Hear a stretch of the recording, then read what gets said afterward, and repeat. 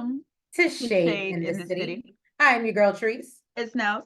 And today we're jumping into our little late review, but that's okay because it just came out like yesterday, the last little piece.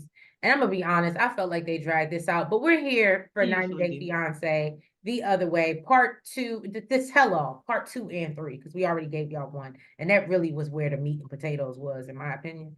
But yeah, y'all, if you haven't already, please make sure that y'all hit that like button. And that subscribe button.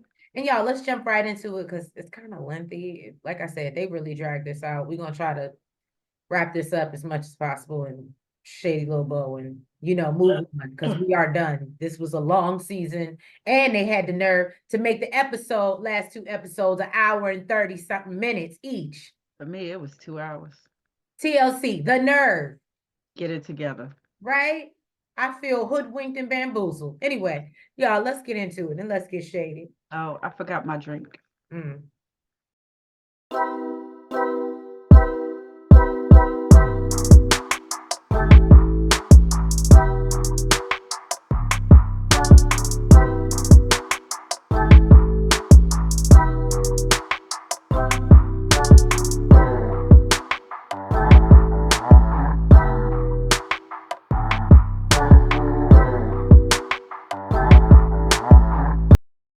We're gonna pick up, part 2. Julio is, y'all, we had a time. Me and Nails we was Yeah, tussling. we did. We was Okay, we tussling was tussling. in our text messages. All right, because Julio is busting out his recording of cursing. Now, in my opinion, I don't think he really proved it and had any real hardcore evidence besides her saying that, yeah, I deleted it from your phone because I thought it was creepy. You out here doing videos and stuff with me or That whatever. ain't why she said she deleted it. But She said you trying to expose me. And he was like, yeah, because you out here deleting the messages. Like, she was like, yeah, at least I admitted it. At least I admitted deleting it. the messages. Why would you need to Not to delete the banging message? on homeboy, like Why would you? First of all, what are you afraid of getting exposed of? First of all. Second of all, I'm why not would you saying the need to situation delete wasn't sticky. Trace? The fact that she deleted the message alone, the fact that you locked yourself in the bathroom. You locked yourself in the bathroom and deleted the messages already. That's all that.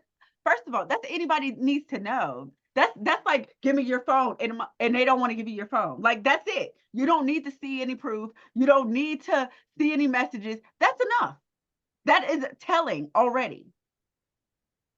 Y'all, it's a sticky situation, but You gonna stick beside it though. Yeah, I'm stick beside her. I feel like it's like a Shaggy. It wasn't me. So then Sean. Let somebody go run in the damn bathroom and delete messages out their phone. Guess what?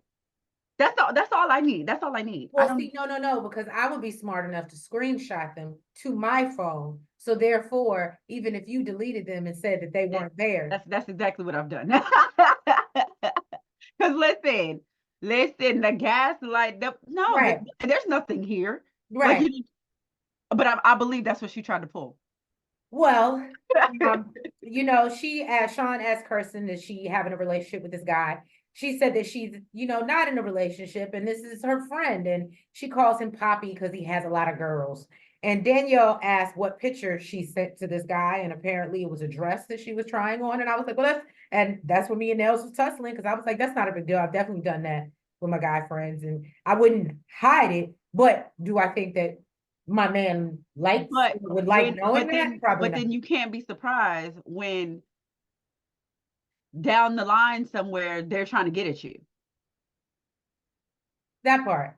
Because that's not what male and female friends do. Well, Tanya chimes in to defend her, and then Danielle thinks that it's, the intention behind it. And you can tell basically when someone's moving innocently, kind of how Nels was saying, you don't go run in the bathroom, lock yourself in. Now, when Sean questions whether she thinks Kirsten was moving innocently, she says she's not sure because, she just tried to act like she didn't know what was going on or what he was talking about as far as this recording. So then they bring up getting this guy on the phone supposedly, and they get him on the phone. And Tim is accusing her, oh, he's gonna lie for her. Of course. That's And like saying, oh, Shekinah's like, oh, don't text him first. Shekinah got on my damn nerves so bad. she didn't for me. It And was she did for me because she couldn't say nothing for herself. she Okay. could. She could. Right. But when she was going in on Everybody everybody else. it was entertaining. Right. So then of course the homie, that's what he is in her phone. The homie answers and denies them having any kind of relationship. And then he That's like admits me that, saying, oh, I wasn't out doing nothing. You can call Treese and ask her.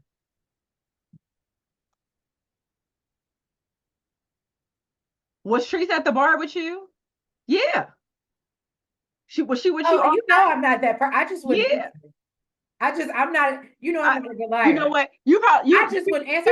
she'd be like, why are they calling me? Right. Why am I getting this? Phone call, yeah. I believe in setups. I just don't be answering questions because people ask me. No, I dig a little bit deeper first. You ain't gonna get me caught up. So yeah, basically everybody thinks that she's lying. He says that he didn't know about Julio, um, you know, until after he was there, obviously when they got into this whole situation, altercation or whatever. And then Kirsten starts to get emotional and gets upset and actually says that, what Julio is really doing is covering up. He's pulling a Robin, right? And he's covering up and trying to pull her stuff out to take away from what's really he's really doing, because he out here meeting ladies at the wedding that he was DJing at, and he It's doesn't giving wedding singer. yeah, it's giving wedding I was like, singer. what?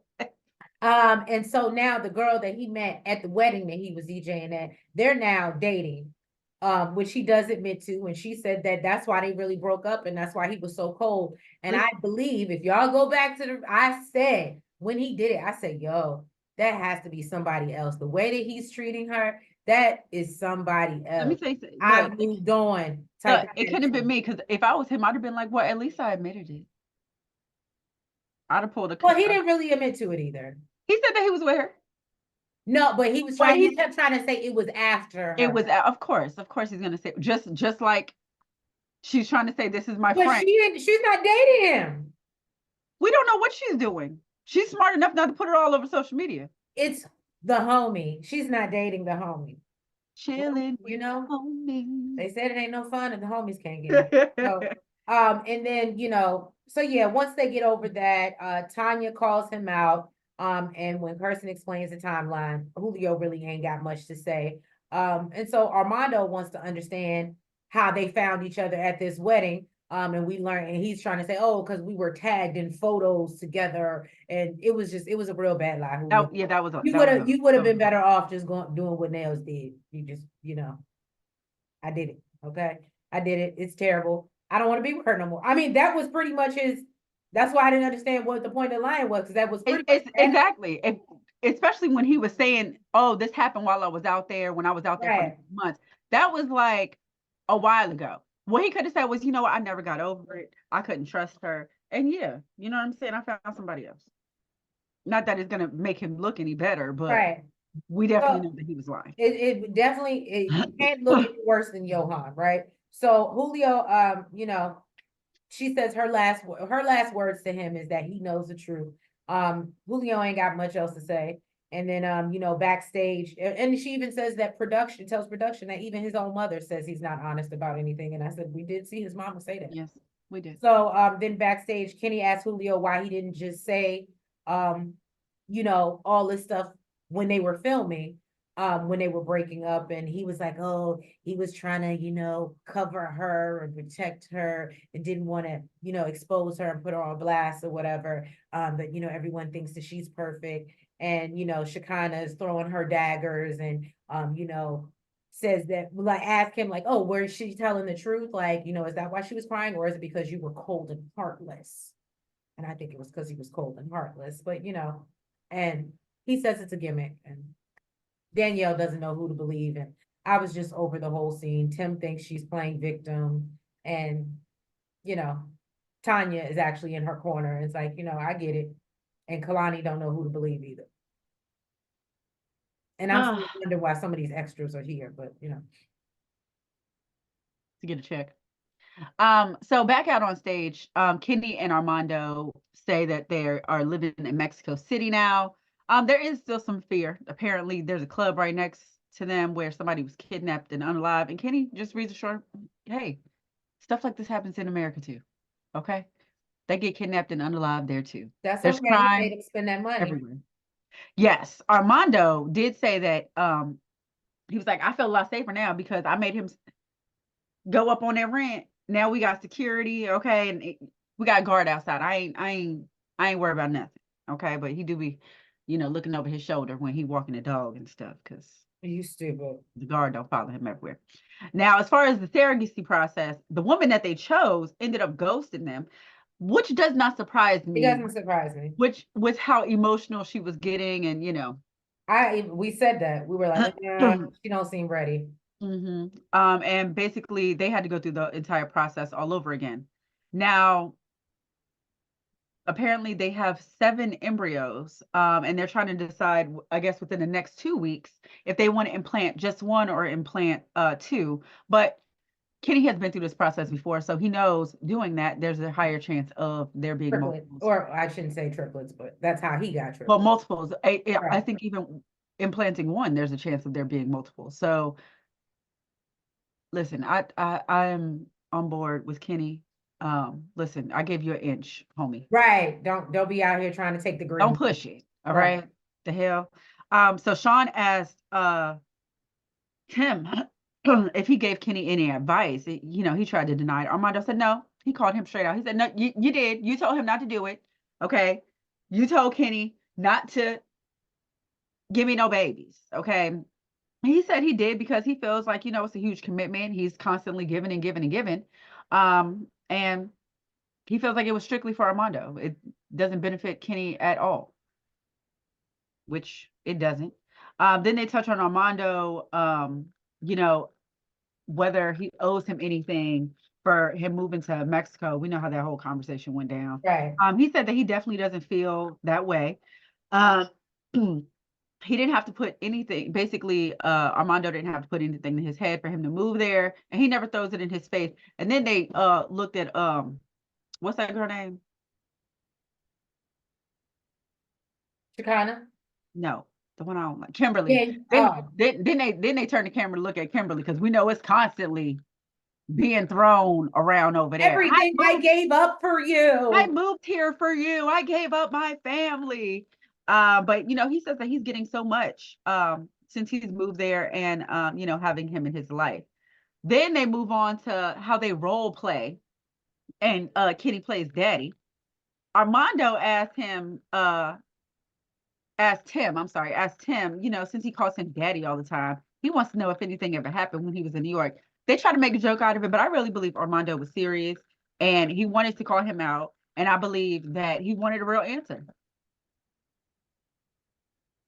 I think it was kind of funny because that's, everybody goes back and forth on whether Tim is, plays for the other team. And I think that, I don't have an opinion on that. It's just. Then they take a break and go backstage and play Never Have I Ever. And we found out just a lot of things that we really didn't need to know. My notes say boring. The I moved cast. past it. Yeah. So we see Danielle. She's still out here, I don't know, being foolish. As Nell said, she just can't let go. And she apparently is still having dinners with Yohan's mother and sister. She saw him 2 weeks ago. The whole cast is just confused after all that she said that he's done. Why you would still sit up there and and here's my thing. She was like, oh, well, I have so much respect for his mothers and his sisters, and they're such great people, and they're hustlers, and they all have 3 jobs and all the other good stuff. And I was thinking, but how much respect do they, and people may differ. Jump in the comments, let me know what y'all think. But how much respect did they have for you when they was sitting down, eating and chilling with all the other women he was bringing through and still smiling up in your face? I'm sorry to be like that. I understand it's fam. I can't expect them to turn on you, but I also don't expect, like, I don't know. If it was me, you can't come to my house with that shit. You can do what you want to do. If we're outside, out and about, and you want to bring your bitch or whatever, fine. But you can't bring that to my house.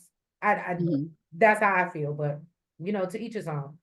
So anyway, so yeah, basically, Yohan says that they agreed to not be enemies after they broke up, and Danielle talks about how she has positive relationships with all her exes, which is, I mean, I'm not gonna say that's how. Maybe you need to really look at that, Danielle. Maybe you over here talking to Shekinah about self-reflection. Maybe you need some, because I'm not gonna say that's the reason we're in this situation, but in Yohan's defense, this is kind of what kicked off the shit. He was messing with that girl before 2 weeks. No, and that's why I said, but when we talk, if we're gonna play gaslight, and you know how men do, right? Even he said, oh, she was the one when she brought her ex, and after that, he really went down the drain. Oh, so now I'm just saying it's guilty. Now we're gonna just let the ladies expose themselves. Right. But anyway, so she says he worries so much about money, that'll never have it. And he feels like, when a man is blessed with an American wife, they expect to get ahead. So he complains about having to pay for the apartment that was out of his budget while his family was barely eating. And that's when Danielle brings up that, every woman in that house has 3 jobs, and he was the only one that was not doing anything. And he's still going with this narrative that he had a job, but she told him to quit, and that she would take care of him. And obviously, Danielle says that is absolutely false, because we know Danielle could barely take care of a damn self. So then they would play the footage of Danielle learning about all those other women. She reveals that he had sex with this particular woman that we found out about a month before they were even married. And says that Yohan has been sleeping with multiple women and collecting money and has nothing to show for it. And I said, well, that's the pitiful part. That's the pitiful part. That mean, I don't know, that maybe that thing ain't thinking like you think it is, Yohan. Just saying. So Danielle starts going off. Yohan is bothered, and she estimates it's anywhere from 50 to 60 women. And then she lets us know that she has the passwords and all the stuff to his social media, so she can see every time he contacts him. And that's when I was like, why are you torturing yourself? Like reaching out to the women. And I get it. I guess it gives you some type of, I don't know. It just seems like I get reaching out, like when you first found out, right? To, like, find out everything, but you know everything now. Why are you still looking at messages and going through his stuff? Like, it's over. Clearly not for her. So then he and Yohan even blames her for looking for these women. And then she said that she believes that he cheated in their marital home because her pool floaties were out of place. Now I'm not gonna lie, I get it. As women, we have certain places for certain things. I absolutely understand it, and that's fine. Do I believe he was out there floating around with his 22-year-old nephew? Probably not. Right? I don't believe that. However, here's my thing. Maybe if I would have had some text messages to back this up, if I would have had something to then I'd be like, okay, and the pool floaties is out the way. But something being out of place, because that's just what men do, and they never. She knows who he is. That's why she knows who she's dealing with. I was gonna say, because when do men ever put anything back where it's supposed to go? She's acting like this is all new to her. Trust me, she had some type of inkling. She had some type of idea. She knows who she married. Woo. That's why this unfortunate, this unfortunate she made me think that she walked in on him with another woman. No, and it was a damn pool floaty, but it's because she knows who she's dealing with. Right. So then, and Yohan's, well, I'm not defending Yohan, but he defends himself and says that, well, they know the owner of the building. They have a doorman. Don't you think he would? And she's like, Yohan, we even went through the front entrance. Don't try to play me. And then, she calls him out for sending, pics to these women. And, he is denying all the allegations, and he's like, he was like, I was just the best husband. I paid everything. I never cheated. I was a great husband. He blames her for being 10K, being in debt, $10,000. After they broke up. Right. And then she's like, no, that's a loan that you got because your well is running dry. You're just drying up. And so it just, and then she put him on a Sankey Panky page to be petty, to warn other women. And Tim says that it's past cheating, it's scamming at this point. Armando says that he's always defended Yohan because he doesn't like the way a lot of us felt that Danielle emasculated him. But asked if he thinks, money corrupted the relationship. And then at some point, Yohan, I don't know, starts to go off on him and basically, tells everybody on stage that anybody rooting for Danielle can kiss his whole entire ass. And nobody was moved. Nobody gave it to him. And then we gonna move on to Nelson's favorite. Oh Lord. Yeah, real. Her favorite her Virgo brother. Oh, Yash. I like Yash. That's what I was gonna say. That I like Yash. So yes, then we move on to Kimberly and TJ and all their drama. Then they brought out Yash, and basically, he said, they showed the whole drama, the whole argument or whatever. He says that he has opinions about Kimberly, but it's not for him to say whether she's a good wife, to his brother or not. He said she just doesn't need to clash with him. Basically, keep all of that under wraps, boo. Don't listen. The smoke, you looking for the smoke, the fire is here. Okay. Then Sarper tried to get involved, talking about how Kimberly, as a woman, shouldn't be talking in that way, which of course, once again, offends everybody. Yash did say that he did say that things are getting better. She does come downstairs every now and then. And she does her part to help cook. He even said that he likes Kimberly as a sister-in-law.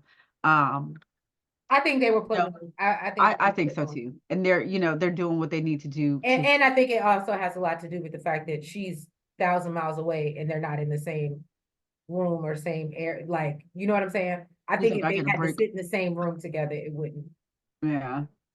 Then they moved on to Holly and Wayne, and how she hasn't been home in 5 months.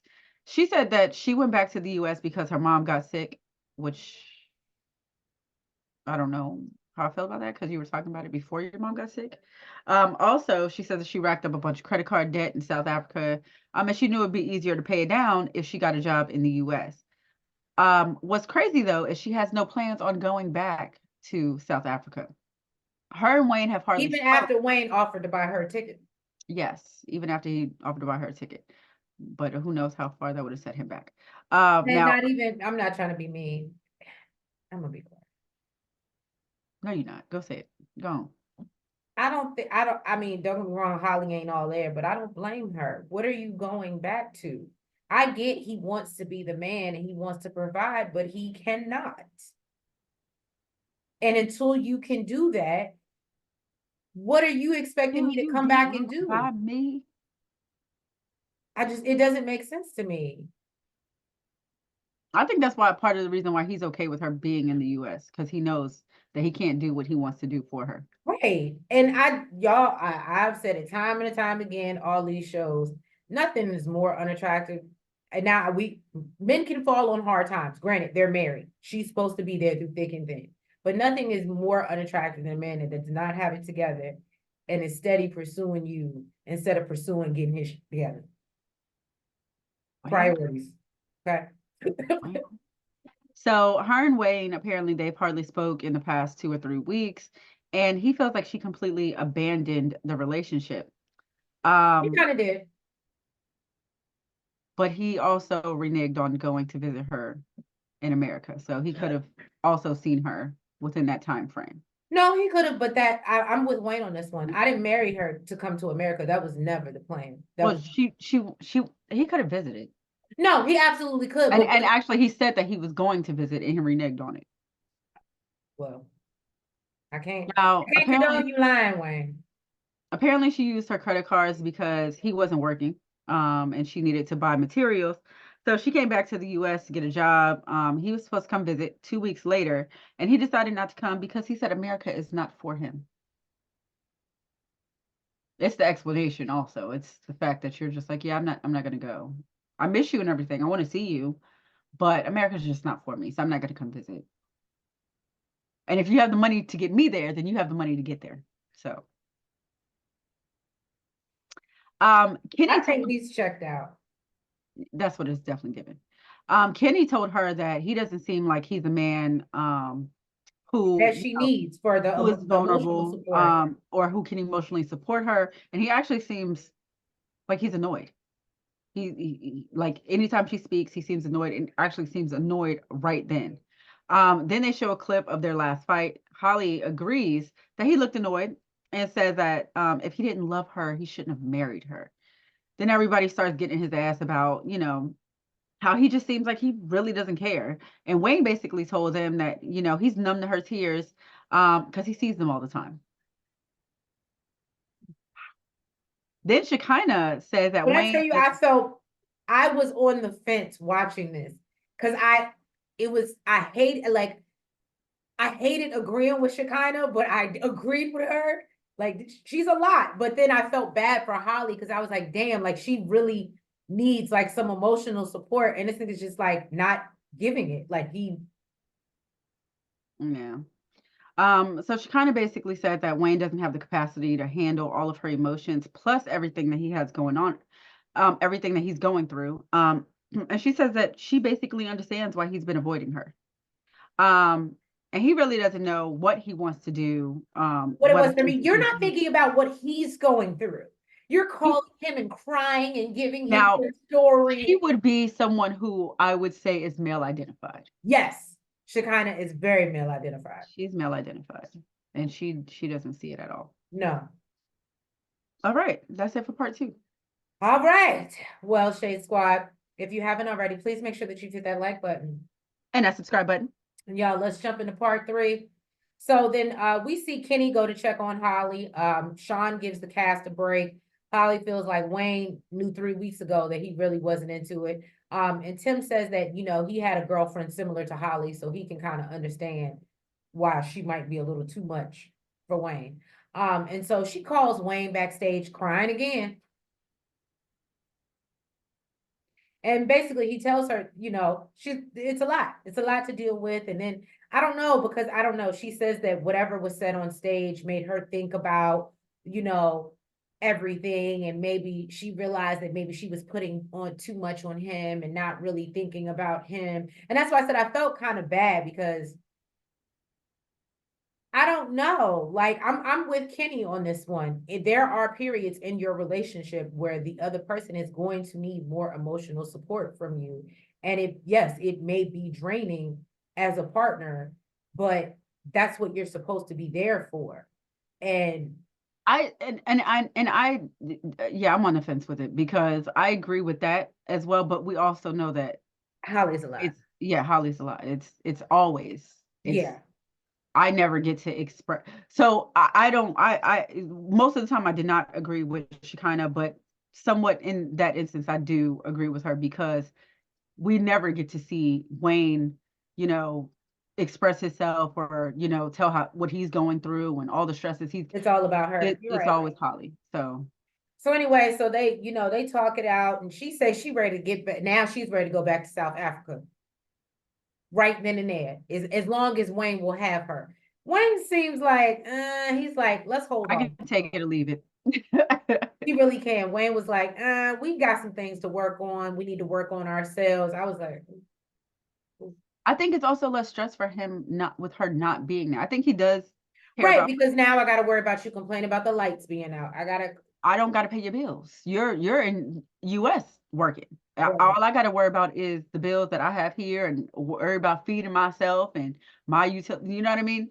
So it's less stress on him without her being there. Well, she's finally in better spirits. And Wayne admits that he made a mistake and he needs to get a new phone, because that was one of his excuses, that his phone was broke. And it was, I feel your pain, Wayne. I need a new phone too. I need a new phone. So Shut up, Tracy. That would never fly. That would never fly. I was gonna say, I would have bought a phone by at this point.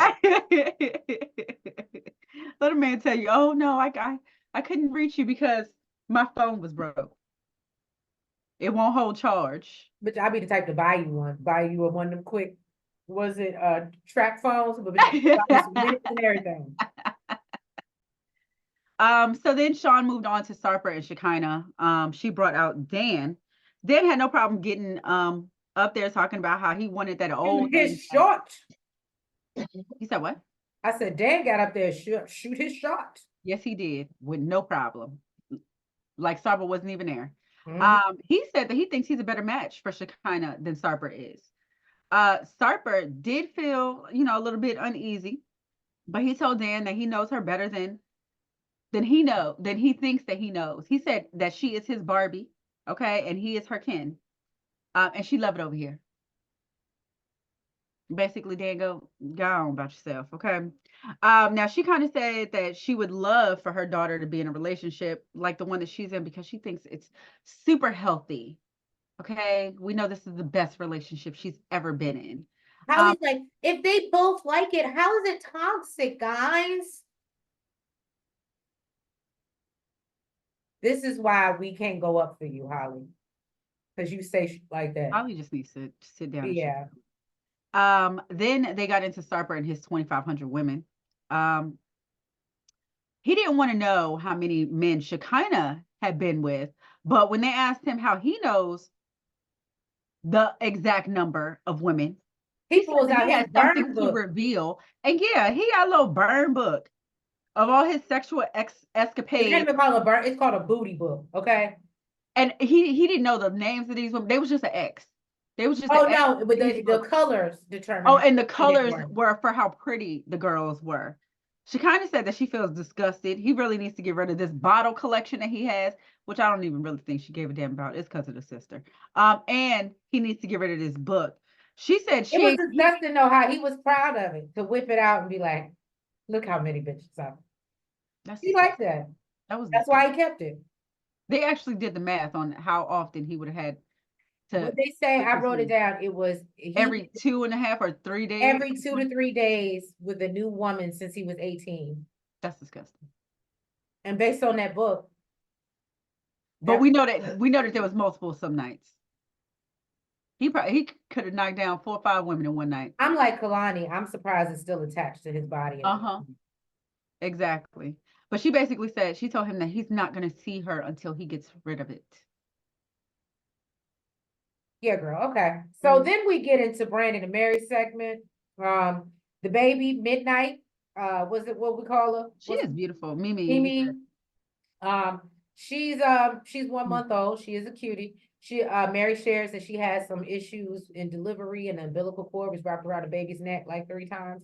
And she talks about how she had to be put on oxygen. She was writing her last will and testament to Brandon, because she thought she wasn't gonna make it. So thank God, for a healthy delivery for them. Then Sean asked, if he's helping out with the baby. And it wasn't really giving because she says that he still plays video games, but he doesn't play as much, only for Brandon to follow up and say that, at times he sees Mary falling asleep with the baby and he wants to go help her, but he's been sitting playing games for so many hours, time just got away from him. And I was like, she just tried to give you a out and you talk just like, it was just. And then she said she's scared to approach him when he's playing the game because she'll get yelled at, or he'll call her a scammer or the B word. And then, so when they're like, well, why are you calling her a bitch, Brandon? And then he's like, I just want to trigger her. I feel like, she's too submissive. And I said, if that's not the most toxic I've ever heard. And he's like, I just want to make her mad. I want her to stand up to me. And I was like, so you want to invoke a fight? That's super toxic. I don't know. I'm sure they picked up on it, but, Kalani calls him narcissistic and Brandon admits that it is narcissistic. And then they bring out Brandon's mom, Angela, and, bring up Brandon calling Mary terrible names. Angela says, in the past, when they did have money, and I'm not gonna lie, as a mother myself of a son, I don't know if do I think that she had points? Yes, in certain things that she said. But I do also feel like she was also enabling Brandon. Because she's like, well, in the past when they did have money, Mary had no complaints, and then they start arguing once I there's no but money. I agree with that. Oh, see, and I don't necessarily agree with that because I and then also I told you I felt some type of way when he spent all this money to get this house built. He's sending all his money for all his checks, but you can't even ask your family for a loan, or like we're still going off my back, which is causing us more stress. well, apparently Brandon has been calling his mama for money. Mary doesn't like that she's asking. She does go to bat and say that. But she says, that's her son and her grandchild, so she gonna, send them whatever she can send them. Sean asked how they're handling the expenses of the new baby. Brandon said that they haven't called his mom in 3 weeks for money, so they think they're gonna be okay moving forward. And they didn't open up the pop-up shop outside the house. So they plan, that they weren't selling nothing from before, but they feel like it's gonna be different now. Something's gonna change. So Angela said that her biggest concern is that they don't have the tools, and I think what she means by this is emotional tools. They need to work together. Sean is asking what can make Brandon react to, yelling at Mary or whatever. And so they bring up this incident where I guess Brandon was playing a movie too loud, and Mary had texted her and said she was too scared to ask him to turn it down. And then she messaged her again after she asked him to turn it down and said he was mad. And Angela says, but he wasn't upset. He just went outside. And I said, that don't really sound.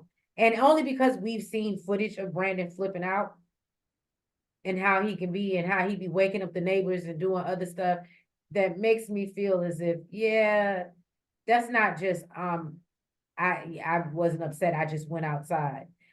So Angela says that, they butt heads a lot and things boil over and they just need to learn how to walk away. Mary ends up breaking down. That Brandon was yelling at her while she was holding the baby. Angela's like, look, both of y'all must need therapy.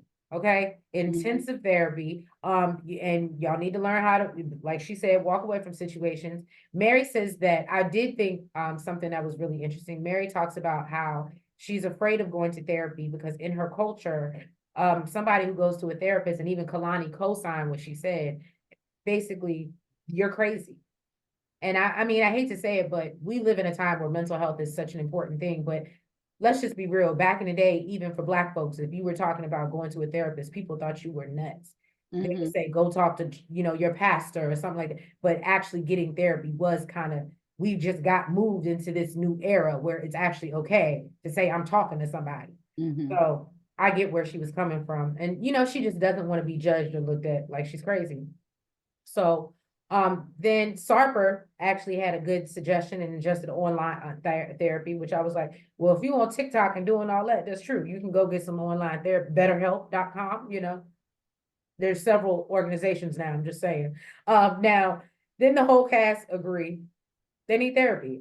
Kenny gives Angela the advice to step aside so she doesn't become a casualty in their bullshit, because what's gonna happen is either she's gonna fall out with Mary or Brandon, and she's gonna be the only one that suffers and doesn't see her grandchild. And then yeah, Tim asked Angela if she thinks that Brandon got Mary pregnant to keep her from leaving him, and she does kind of believe that they thought having this child would bind them together. And Julio thinks that they just really didn't have enough time to enjoy their relationship, just the two of them, before, she was knocked up and married. And so yeah, that's pretty much what I have on them.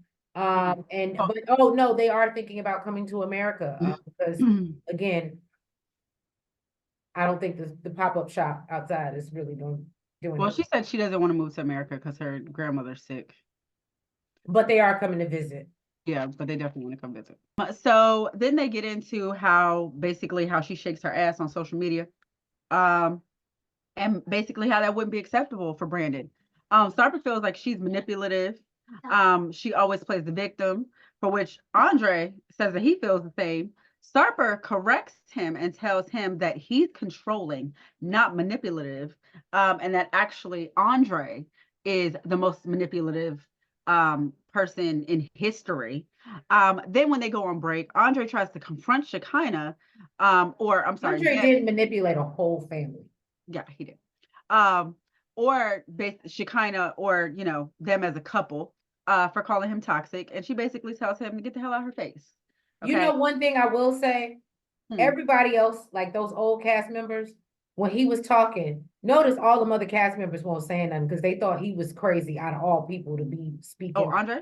Yeah. Yeah, If you looked at their faces like Tim and Tanya and them, they were like, he used to annoy the hell out of me. mm-hmm. Watching him with his wife, yeah. Mm-mm. So then backstage, Danielle basically gotten Shekinah's ass about how she's telling everybody to be reflective, but she's not. Um, she said she can't name one situation where she feels that she can improve, and she couldn't. She couldn't. Um, She then when don't they know went how back, to self-reflect. mm-mm.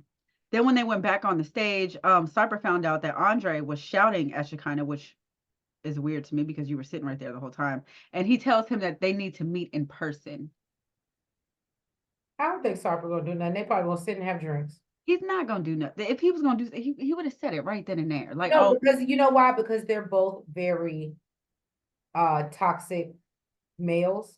mm-hmm. So if anything, I don't see them getting into it over her. If anything, I literally see them actually sitting down for drinks. Bonding. And off camera, him being like, "Oh, well, your girl was talking to me. Yeah, I know, man. She shouldn't talk. I'll say something to her." Like I absolutely see it going that way. Yeah. Then Sean goes back over to Yohan and Danielle. She brought out a woman who he had been in contact with named Memory. Funny enough, he can't remember her. Right. His memory is all of a sudden gone. Exactly. But Danielle actually believes that he doesn't remember. She actually believes that he doesn't remember this girl because there's just been so many bitches. Okay. He lost count. But that's okay. Memory got the memory in her phone and she got the Yes, messages. she does. Apparently he hit her up on Facebook talking about how he was single and she needed to come visit the DR and he would show her everything that she needed to see. And Then told her, come alone. Don't come with nobody else. I Mhm. would have thought she was trying to off me. Right? Kidnap you or some I shit. would not like that would be a red flag. I watched too many IG. Then she details an email that she received from one of her clients, detailing an entire relationship that Yohan had with her, telling her basically to stay behind when Danielle left, and apparently they had a sexual relationship as well, or at least Danielle believes that. Now, when he asked if he's ever cheated on her, he basically said, nobody would believe him. Y'all want to believe her, and he wished that he had cheated on her because he would feel better, and then calls her a manipulator. Then everybody just basically thinks that he's a liar and a piece of crap because it's been proven. Now this was receipts, okay? They came through with the receipts and all that other stuff that happened off stage. I didn't get that as I usually didn't. So for me, this is the end. Oh, well, that I did. So they end the tell-all. Brandon says Mary is less controlling, but she's still controlling. Mary thinks Shekinah is a hypocrite and plans on seeking therapy. Shekinah walks out without any interaction with any of the cast members. She feels everybody hates her, but she doesn't care. She is still in denial about being in a toxic relationship with Sarper. Holly comes to give Danielle some encouraging words. Danielle doesn't think she ever really knew who Yohan was, but is ready to move on with her life. Holly still has plans to go back to South Africa, but only if Wayne wants her there. Wayne knows he looks like a butthole, but thinks that, they can work it out. Julio's happy to have closure from this situation with Kirsten. And Kenny knows that he and Armando are going to have a good life no matter what. And they're going to have babies no matter, it must be, I'm not saying, yes, they save more money, more problems, but it must feel really good when no matter what, because they love each other, they got it. It's all good. Like if you can drop 74,000, Right. to make like, regardless, Kenny knows life is gonna be good. I ain't mad at it. Kim says she don't like the way Jenny, came at her. And she's not scared of a fight. So, she gonna when she get back to India, she gonna catch her outside. But you know, she says she's not going back to India for a while, plans on being in the US for 4 months, but doesn't know if she can count TJ in her plans for the future. And as we know, I do believe they're broken up. I feel pretty confident in saying that, but I'll have to say allegedly, but I absolutely believe they're I not. think it was best. And maybe that's why Yash was so happy. He knew once she got on that plane, she won't coming back. He's like, yeah, I don't need to talk shit about her. Right. She ain't He's coming like, back. she gonna do it to herself. So yeah, that was the wrap up of the season of 90 Day Fiance. What was it, season 5 of The Other Way? If you guys haven't already, please make sure that you hit that like button. Make sure you comment You subscribe. and hit the notification bell. And make sure you're following us on all the platforms, the TikTok, the Twitter, the Facebook, and the IG. And yeah, y'all, if we haven't said it already, happy holidays to you and yours. Yes. Y'all have a safe, wonderful holiday season. We want to thank y'all for getting us past the 600 mark. So let's keep growing. Let's keep glowing. Share us with your friends. You know, it's the gift that keeps on giving. Okay. And yeah, y'all, Merry Christmas. And we will catch y'all. Well, not for The Other Way, but you know, catch us on the 90 Day tip. Love y'all, and we'll catch y'all next season. Bye Good bye. night.